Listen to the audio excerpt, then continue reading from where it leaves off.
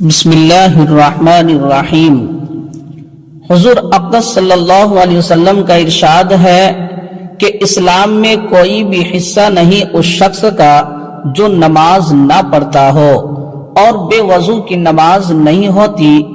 دوسری حدیث میں ہے کہ دین بغیر نماز کے نہیں ہے، نماز دین کے لیے ایسی ہے جیسا آدمی کے بدن کے لیے سر ہوتا ہے۔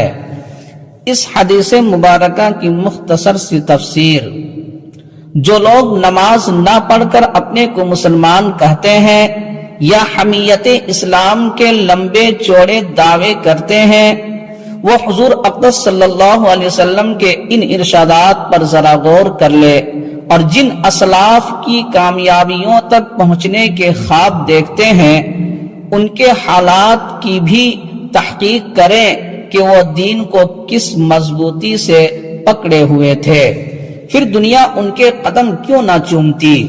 حضرت عبداللہ بن عباس رضی اللہ تعالی عنہ کی آنکھ میں پانی اتر آیا۔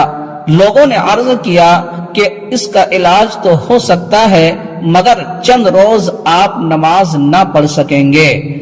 فرمایا یہ نہیں ہو سکتا، میں نے حضور صلی اللہ علیہ وسلم سے سنا ہے کہ جو شخص نماز نہ پڑھے وہ اللہ جل شانہ کے یہاں ایسی حالت میں حاضر ہوگا کہ حق تعالی شانہ اس پر ناراض ہوں گے۔ ایک حدیث میں آیا ہے کہ لوگوں نے کہا 5 دن لکڑی پر سجدہ کرنا پڑے گا، انہوں نے فرمایا کہ 1 رکعت بھی اس طرح نہیں پڑھوں گا۔ عمر بھر بینائی کو صبر کر لینا ان حضرات کے یہاں اس سے سہل تھا کہ نماز چھوڑے، حالانکہ اس عذر کی وجہ سے نماز کا چھوڑنا جائز بھی تھا۔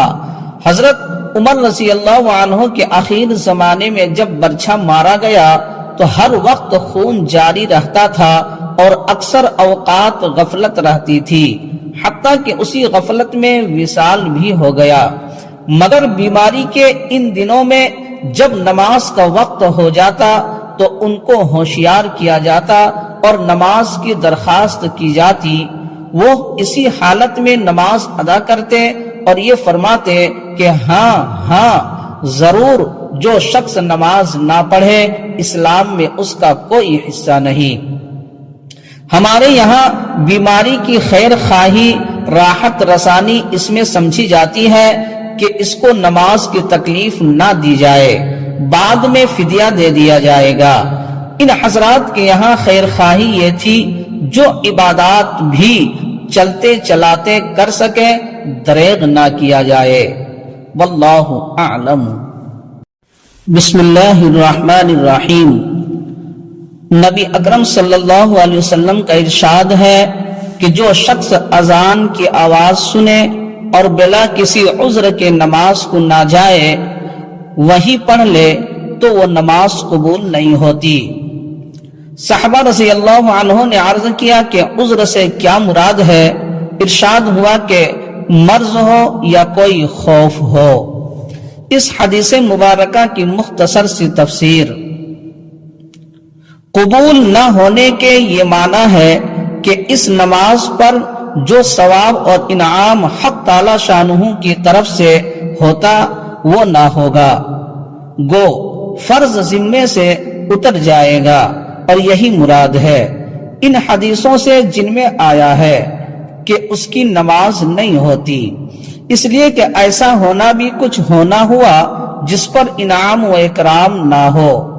یہ ہمارے امام کے نزدیک ہے، ورنہ صحابہ اور تابعین کی ایک جماعت کے نزدیک ان احادیث کی بنا پر بلا عذر جماعت کا چھوڑنا حرام ہے اور جماعت سے پڑھنا فرض ہے، حتیٰ کہ بہت سے علماء کے نزدیک نماز ہوتی ہی نہیں۔ حنفیہ کے نزدیک اگرچہ نماز ہو جاتی ہے مگر جماعت کے چھوڑنے کا مجرم تو ضرور ہوگا۔ حضرت ابن عباس رضی اللہ عنہ سے ایک حدیث میں یہ بھی نقل کیا گیا ہے کہ اس شخص نے اللہ کی نافرمانی کی اور رسول کی نافرمانی کی۔ حضرت ابن عباس رضی اللہ عنہ کا یہ بھی ارشاد ہے کہ جو شخص اذان کی آواز سنے اور جماعت سے نماز نہ پڑھے، نہ اس نے بھلائی کا ارادہ کیا، نہ اس کے ساتھ بھلائی کا ارادہ کیا گیا۔ حضرت ابو ہریرہ رضی اللہ عنہ فرماتے ہیں کہ جو شخص اذان کی آواز سنے اور جماعت میں حاضر نہ ہو، اس کے کان پگھلے ہوئے شیشے سے بھر دیے جاوے، یہ بہتر ہے اذان سن کر نماز کو نہ جانے پر۔ واللہ اعلم۔